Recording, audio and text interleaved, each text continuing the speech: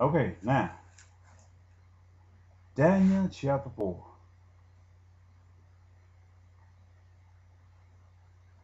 chapter verse 9.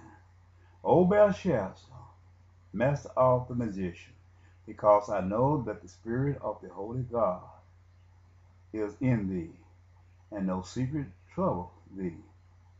Tell me the vision of my dream that I have seen, and the interpretation thereof.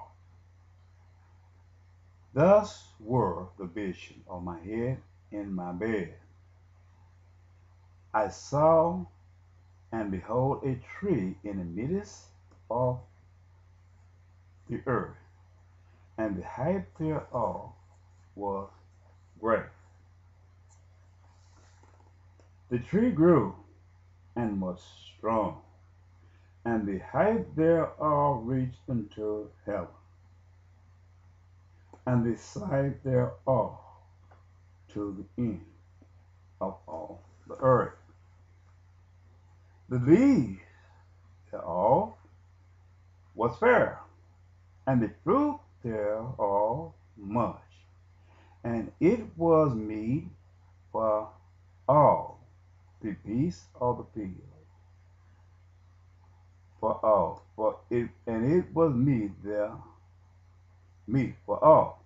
The beasts of the field had sheltered under it, and the fowls of the heaven dwelt in the boughs thereof, and all flesh was fed. Oh, oh, Jesus.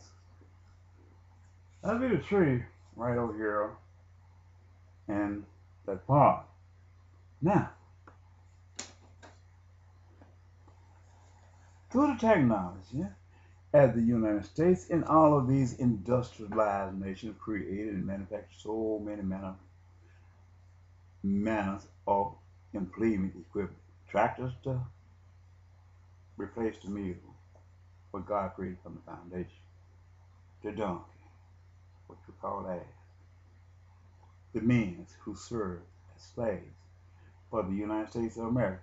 Where they once needed slaves, they enhanced their infrastructure by making it the richest nation of one world, getting rid of, secretly destroying the poor man. God tell you that in Habakkuk chapter 2, 3. They kill people secretly. Now, it tells you all the earth was fed. So this had to become the crude oil that God had given to the seed of Abraham. See what I'm talking about? Well, at this point in time, God was letting us know that the United States, the part of the Gentiles, had gotten into trouble. The heartbeat, the thing that contained the heartbeat, they had no more of crude oil. So they had to realize their mindset went to the blessing that God had gave to Abraham from the beginning. But he also had to look at the curse that God put a curse on them if they go take this. So this was part that brings us back into Job 1 and Job 2, when Satan went in and told God, have not you blessed everything that Job had and set boundaries around him? Take the hedge out around him. Do away with it, and I'll make him curse you to his face, your face. That was George H.W. Bush's father. You see how they do. Well, show two. After he didn't make God told him, don't put your hands on them. They didn't put no hands on him. Saddam Hussein. Show two, the son came in. Satan, as God, came into the kingdom of God. He let you know that he came into the kingdom of God when they were praying. And that's I'm going to bring this into Revelation chapter 12 next. He needed the crude oil. because his infrastructure was dying and they didn't want to serve God. They serving the works of their own hand, taking off the tree of knowledge of good and evil. So the Gentile went back to God again and said, he said, why are you here? He said, I've been walking up and down the earth, conquering the earth to and fro. And he didn't conquer everything, but there's no rest. You're still trouble. Well, he said, but not you try my son Job, my servant Job.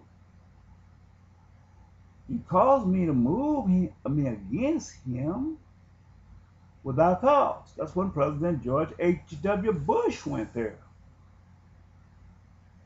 So he said, remove the hedge.